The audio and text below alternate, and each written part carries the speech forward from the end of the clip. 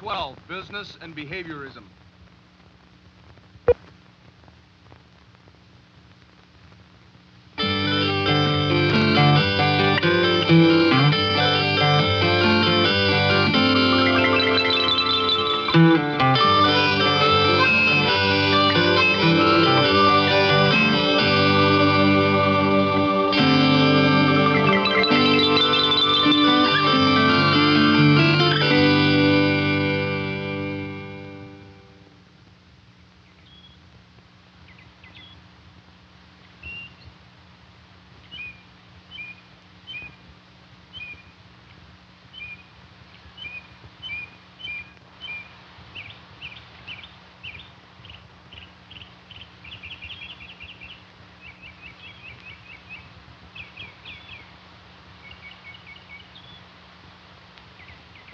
This is a film about the principles of behavior modification and how they can be applied in business and industry.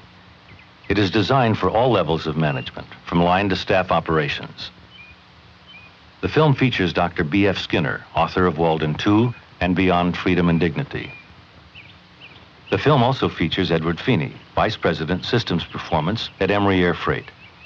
Mr. Feeney illustrates and interprets how Dr. Skinner's principles of behavior modification were successfully used at Emory, and how they can be applied in any industrial setting to improve performance and increase profits. Dr. Skinner, one of this century's most influential psychologists, is recognized as the world's foremost authority on the study of human behavior. He asserts that we are wholly shaped by our environment, that our present behavior is determined by society's reactions, both positive and negative, to our past behavior. Dr. Skinner's critics contend that this concept ignores man's capability to respond in a unique and creative manner. They also claim that he seeks to destroy the belief in individual freedom on which our culture is based. Because I'm not attacking freedom, I'm not attacking dignity, I'm not attacking anything on which a successful government could possibly be based. It's just, I'm talking about something beyond these things. I'm not for depriving people of freedom. I want them to feel free as much as they've ever felt free, and I'd like to have that, like to have them feel freer than they do now. And I want people to be achievers. I don't want to deprive them of the chance to do the things for which we give them credit, but much more is possible. And I think we are failing to do the kinds of things that we could do because we are misunderstanding what we mean by freedom and dignity, and it's standing in our way. Well, perhaps we better talk about some of the terms so that we will be sure exactly what we mean. What is behaviorism, and where did it come from? Well, behaviorism, of course, came from, that was a word coined, I think, by Watson. At least it became very current in Watson's day, which is now over 50 years ago, as we must remember.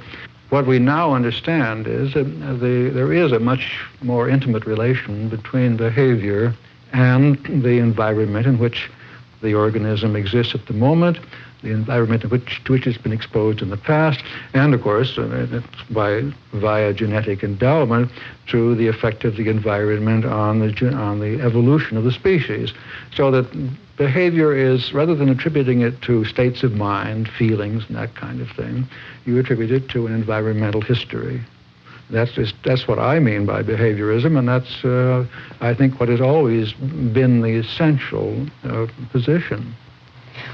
What is operant conditioning? Now, rewards and punishments are what the layman thinks of. Well, they're special cases, but they're not general enough to cover the thing. You get an organism doing something, and if you then make a reinforcer contingent upon what he's doing, he'll tend to do it again. And the reinforcers you use in the laboratory are the simple ones, like food for a hungry organism or water for a thirsty one. But in daily life, all kinds of things are reinforcing. I gave a lecture at the Guggenheim some time ago in which I claimed that the word beautiful simply means reinforcing. Pictures reinforce you when you look at them. And if they do, you look at them again. If you don't, you turn somewhere else. Well, is anything reinforcing that causes you to repeat the behavior? Not causes to repeat, but makes it more probable that you will repeat, yes. The word reinforce means to strengthen. It doesn't mean to weaken. And a positive reinforcer strengthens when you present it, contingent upon behavior. So what's positive reinforcing for one person isn't reinforcing for another. There's no way of predicting in advance what is going to be reinforcing to a given individual. If you've just eaten a meal and been terribly sick, the sight of food will be terribly punishing to you. Ordinarily, if you're hungry, food is reinforcing. Suppose I'm a businessman who says, I don't want to use behavioral technology because I don't want to control my employees' behavior. Am I already controlling them? Well, of course. There's no businessman who isn't concerned about the ways in which his employees work. If he simply abandons them and allows them to do as they please in the permissive world, he's going to go out of business very soon. He won't be a businessman very long. What part does fear play in shaping employee behavior? Well, we fall back on punitive control all the time. When you stop to think about it. Even the wages that we pay, they're not really positive reinforcers. When you pay a man at the end of the week, 5 o'clock on Friday, for working all week, he's not going to work on Monday morning for something he gets on Friday afternoon. He'd be a fool to do that. He works on Monday morning. He'll be fired if he doesn't. So he's working all day long under the eyes of a supervisor who can fire him. All the weekly thing does is to give him a standard of living, and all week long he's being threatened with being taken off that standard of living. So the whole thing looks like positive reinforcement, but is really aversive. The incentive conditions that prevail in a factory are the result of a kind of bargaining between the owners and the workers. And the owners will do everything they can to get more work for less pay. The workers will do everything they can to get more pay for less work. And they get together and somehow or other they work out a prevailing system. It happens to be one in which almost nobody enjoys what he's doing. And it doesn't matter to either the labor or the owners whether they are enjoying it or not. These are not good incentive systems. There have been at times situations in which people have enjoyed what they did, and they've been very active, they've been very careful and precise, and they've got a big bang out of it. Now that isn't what happens when you arrive at a set of conditions by a bargaining technique between two opposing forces. How are you going to persuade both parties that they'd be much better off if they allowed someone to come in and work out some really good incentive conditions? Does a behavior modification system, once instituted, place demands upon supervisors and managers without reinforcing them too? Well, no, it would reinforce the manager because he's going to get more done, and he's being paid in terms of how much he gets done. Supervisors an in-between figure, but there again, it is a question of making sure the contingencies for everybody, all the way from the worker to the person who owns the system and is getting his profits out of this, and that not to mention how much this is contributing to the good of the culture as a whole. If this company is making some perfectly worthless thing, then the whole thing is a total loss, except for the immediate gains of the workers and the owners, which are perhaps trivial compared with what it's doing to the culture. And if I would institute behavior modification in my plant, I would be reinforced when the profits went up. Well, I should suppose so. And this is not a form of stretch out in which you're just getting more out of the worker. Now you are taking into account not how much he's producing so much as whether he's going to stay on the job or change jobs or be absent and so on. Whether the job is reinforcing to the worker now is becoming more important than just how much he produces. Suppose I have a large business and I want to use behavior modification in a systematic way to increase productivity. No. How would I set about it? Well, there's a very good example of that. There's a company that is concerned with air freight shipments, and they were having great losses because the people who packed the things to be shipped were not using the right containers. Now, someone who believed in positive reinforcement, rather than going in and punishing these people or firing them when they used the wrong ones, simply said to the supervisors, look, when you see a man using the right container, pat him on the back and say, that's the right container, good for you. And the last figures I heard is that the company now saved about $250,000. Actually, it wasn't $250,000. It was $650,000. Sounds complicated, doesn't it? It isn't. The application of two simple behavioral science principles produced the following effects in Emory Air Freight. Increased profits well over $1 million annually, produced the improvement immediately, sustained it for upwards of 3 years, produced a net profit payoff of up to 125 to 1 to costs, and produced valuable side effects in terms of employee attitudes, both union and non-union. The two simple principles that the performance problems in most companies are caused by improper feedback and by failure to reward employees properly. Given proper information and feedback, the employees know that a problem exists and are able to correct it. In contrast, in most organizations, good performance is ignored and poor performance is occasionally punished. In Emory Air Freight, proper feedback systems and positive reinforcement are applied in areas only where a performance deficiency exists and where a direct or indirect profit opportunity exists. As an air freight forwarder, 62% of our total expenses goes to the airlines for moving freight. If we load smaller packages into one large shipping container, we reduce the airline handling costs, and they in turn give us a lower rate. Workers and supervisors, regional representatives, and executive office personnel all sincerely believed we were using containers about 95% of the times possible. We decided to have the workers measure their performance. They found it to be not 95%, but 45%, a feedback deficiency. Many solutions were suggested. Hire more people, pay more, provide better supervision, build bigger docks, develop a training program. Now, all of these cost money.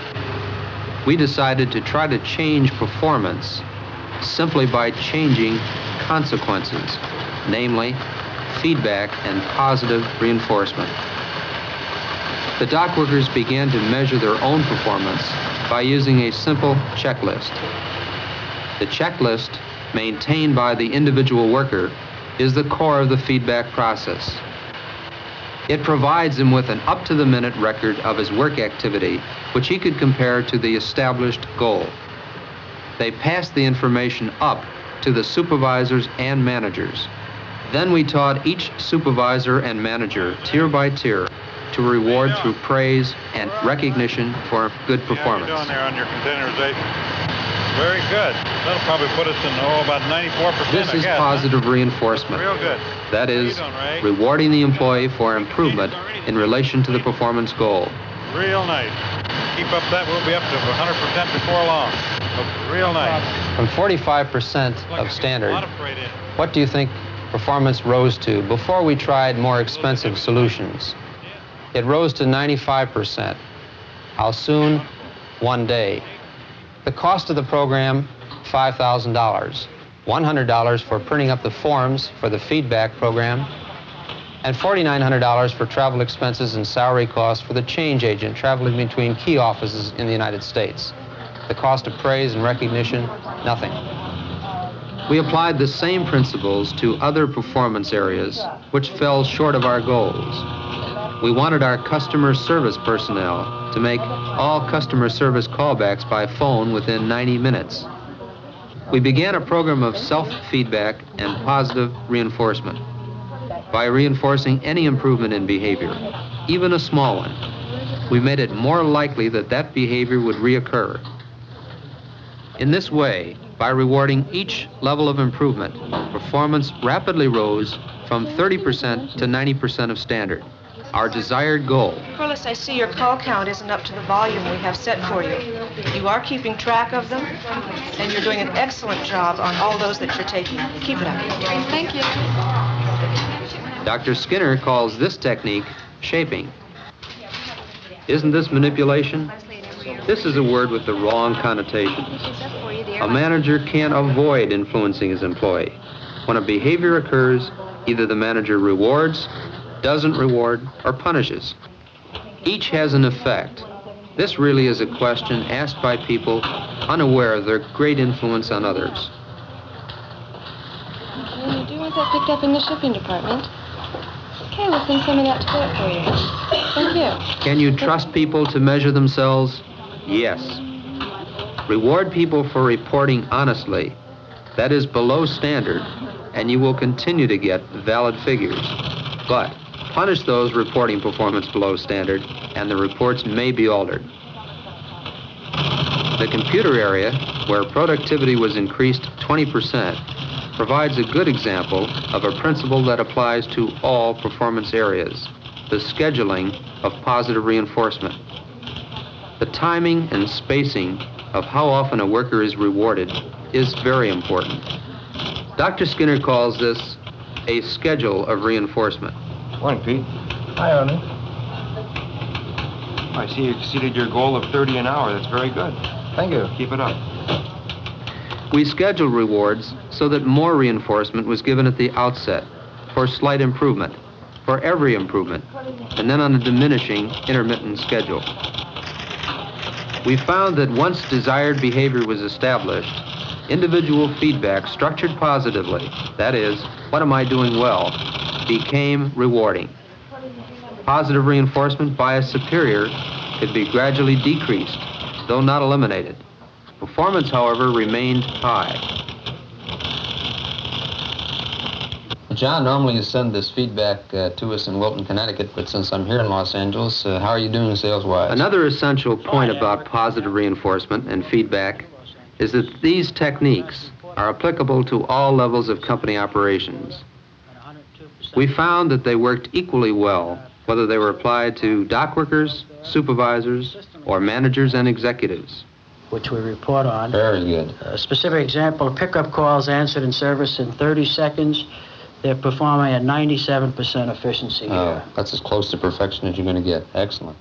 One way our sales managers maintain sales performance is by praising the salesman and also teaching them a process called the post-call learning cycle, whereby the salesman reviews his own performance, finds the cause of any problems or successes, and applies them to a future sales call. Reinforcing superior performance. To give you an example, in sales, our salesmen are averaging 28% OA, observable action. That's about as high as I've heard. Excellent. Well, it's down near double the standard of 15%. Our drivers represent one of the most important groups at Emory Air Freight. They must work alone, out of sight of the supervisor. How you doing? Right, Thank you. They usually provide the only face-to-face contact with the customer.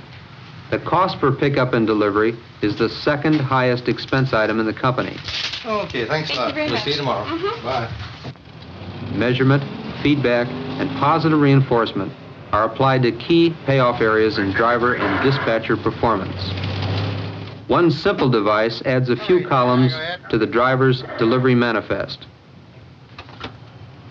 As the driver delivers a shipment, he places a tick mark on the first day or second day column and totals it at the end of the day. Time for this operation, 1 minute per day per driver. The percentage of pickups made in 90 minutes after ready time is measured, and feedback is provided to both drivers and dispatchers. The number of pickup and delivery stops per hour, the key to service improvement and cost control, is also measured and computed. Even the total cost per shipment is calculated. Performance is rewarded. Productivity improved in 8 of the first 10 offices where the program was introduced. George, I noticed you made 24 deliveries today in addition to picking up 12 shipments. That's very good in 8 hours. Very good. That was pretty good. Yeah, I thought it was a pretty good day myself. What is this one up here now? Oh, this round, this is Canoga Park. Is praise the only reward used? No. Many rewards can be used. Self-recognition of progress, awareness of personal contribution to profit improvement, even being asked for one's opinion about how to improve performance. Park first, and then come back around through over to Burbank and back Riverside, back up to North Hollywood, and back in this area. We're going to save 35-40 minutes. George, that sounds like a good idea to me. Let's try it. All right, we'll give it a try tomorrow. Great.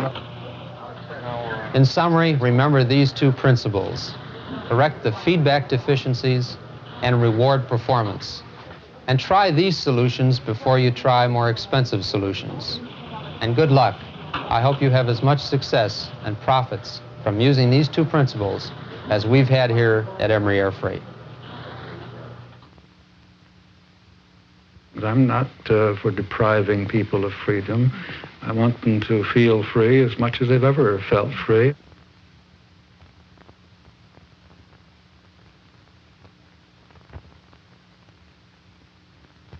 And I'd like to have that, like to have them feel freer than they do now. And I want people to be achievers.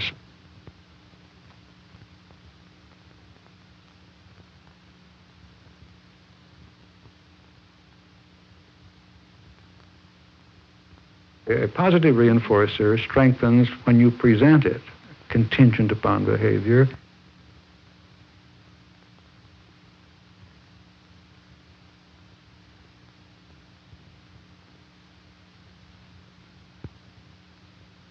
There's no businessman who isn't concerned about the ways in which his employees work.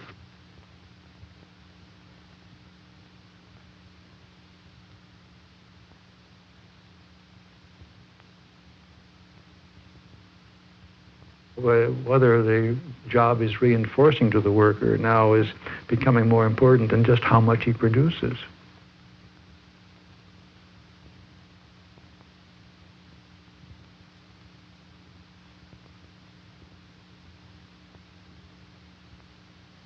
It is a question of making sure the contingencies for everybody, all the way from the worker to the person who owns the system and is getting his profits out of this.